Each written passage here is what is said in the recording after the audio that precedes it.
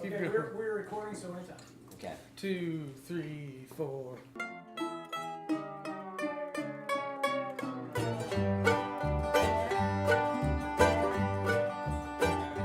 Once upon a time, in a country just like this one, there was a lovely village, and there, deep in the woods, lived Snot, the unemployed jester. Snot was unemployed, and he had no job. One day, Snot saw an ad. Earlier that very day, way on the other side of the village, in their fancy castle, the king and the queen sat bored. The king said, You know what we need? A jester. The king elaborated. My brother Chaz has one. It's a non-stop party at his castle all the time. Am I funny? Really like me? The queen agreed.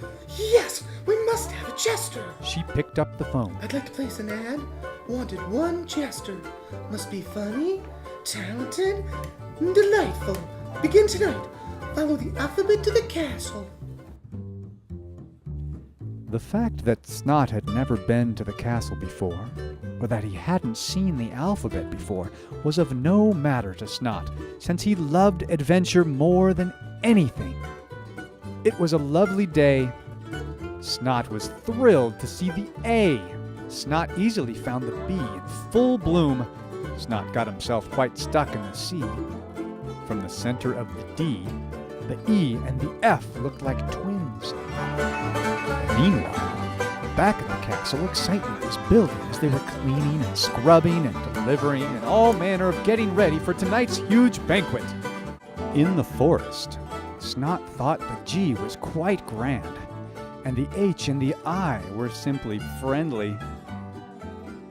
Snot had to hide in the J because the K was much too crowded, which led to a long chat with the L, and he lost all track of time. Meanwhile, back at the castle, things were sure heating up. There was much ado with cooking and arranging and decorating and baking and hustling and bustling, and meanwhile, back at the alphabet, the M was really big, and the N was even bigger. Oh, it was surprisingly great fun. Snot climbed the P and stood on the Q just to see what was on the R. S had an excellent swing.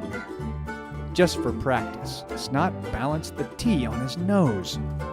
Sitting on the U, Snot felt like a king. The V was an obviously perfect fit. The W was wild and wacky, and Snot loved looking at it. Snot almost missed the X because it was so itty-bitty. But he found it. Snot tried to fit in the Y, but it was uncomfortable. At last, from high atop the Z, Snot could see the castle, so full of life and excitement. He turned back and looked at the alphabet. He'd had a great time with the letters. Snot turned again and saw, could it be? There in the distance. Yes, it is. The number 1. And 2 and 3 and on, stretching into infinity. Snot felt a jolt of excitement. He had to see them. And there he goes, off on another adventure. Not seeming to care at all that Snot was unemployed. And he had no job.